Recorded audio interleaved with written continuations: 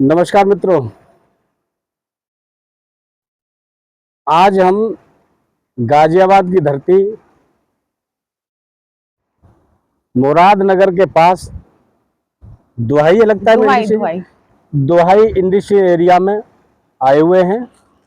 और हमारे साथ जो हैं अभी इस समय बैठी हुई हैं, पधारी हैं, ये शख्सियत हैं। इनकी पहचान की मोहताज तो नहीं है, लेकिन फिर भी हम आपको अवगत कराना चाहते हैं। इनका नाम है मंजू कश्यप। मंजू कश्यप एक ऐसी महिला कृषक हैं जिनको अभी हाल ही में हमारे देश के माननीय प्रधानमंत्री जी ने सम्मानित किया। और अभी जो साथ में बैठे हुए हैं, इनका नाम है रवि कश्यप। ये दोनों पति पत्नी हैं। ये पत्नी है, ये पति हैं। ये हमारे साथ में जो बैठे हैं, ये हरिमन कश्यप हैं जो नोएडा से हैं।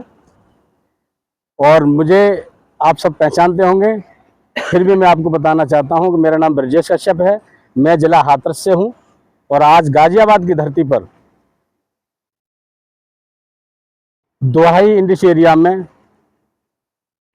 सम्मानित महिला कृषक मंजू कश्यप जी के तालाब पर मौजूद हूं। आप देख सकते हैं पीछे ट्यूबवेल इनका चल रहा है। तालाब के किनारे हम लोग बैठे हुए हैं और आज बड़े हम सौभाग्यशाली हैं कि एक ऐसी शख्सियत से मिलने के लिए यहाँ आए हुए हैं और हमारी मुलाकात हुई।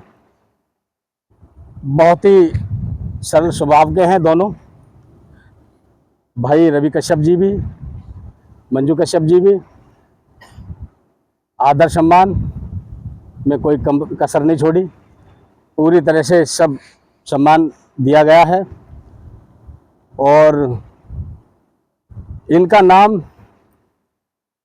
सोशल मीडिया पे आप सब देखते होंगे, इनको पहचानते भी होंगे। समय समय पर कहते हैं कि एक अपनी अलग पहचान जो बना रही हैं समाज में, अपने परिवार में, क्षेत्र में, इस देश का नाम रोशन कर रही हैं। इसलिए मंजू जी को एक बार मैं बहुत बहुत बधाई देता हूं। बहुत बहुत बधाई आपको। धन्यवाद धन्यवाद। और अभी हाल में जो आपको माननीय प्रधानमंत्री जी ने सम्मानित किया जी जी।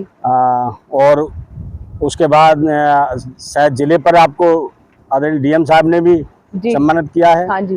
तो वो सम्मान आपको जो मिला है वो किस लिए, उस पर यदि मत्स्य पालन पर दिया गया है या ये जो आपने लगाए हुए सब्जी का जो काम है, आपने कृषक जो गोभी है और भी अन्य प्रजातियां आपने लगाई हुई हैं, फल के लिए भी पौधे आपने लगाए हुए हैं, तो मत्स्य पालन के साथ साथ जो आप अपना कार्य बढ़ा रही हैं वो किस उसमें दिया गया आपको? देखिए, सभी को पहले तो मेरा नमस्कार। मैं मंजू कश्यप, ग्राम दोहाई, जिला गाजियाबाद की निवासी हूँ। और जैसे कि आज हमारे बड़े भाई ने बताया, तो ये हमारा तालाब है दोहाई इंडस्ट्रियल एरिया में, जो कि एक बिल्कुल समतल रूप में था ये।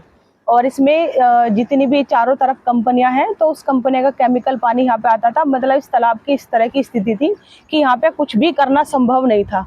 लेकिन हम फिर अपने पास के कृषि विज्ञान केंद्र में गए। वहाँ के जो वैज्ञानिक है, जो साइंटिस्ट है, जो एक्सपर्ट है, हमने उनसे सलाह ली। सलाह लेने के बाद में जो इसका केमिकल था, वो केमिकल हमने ख़त्म किया।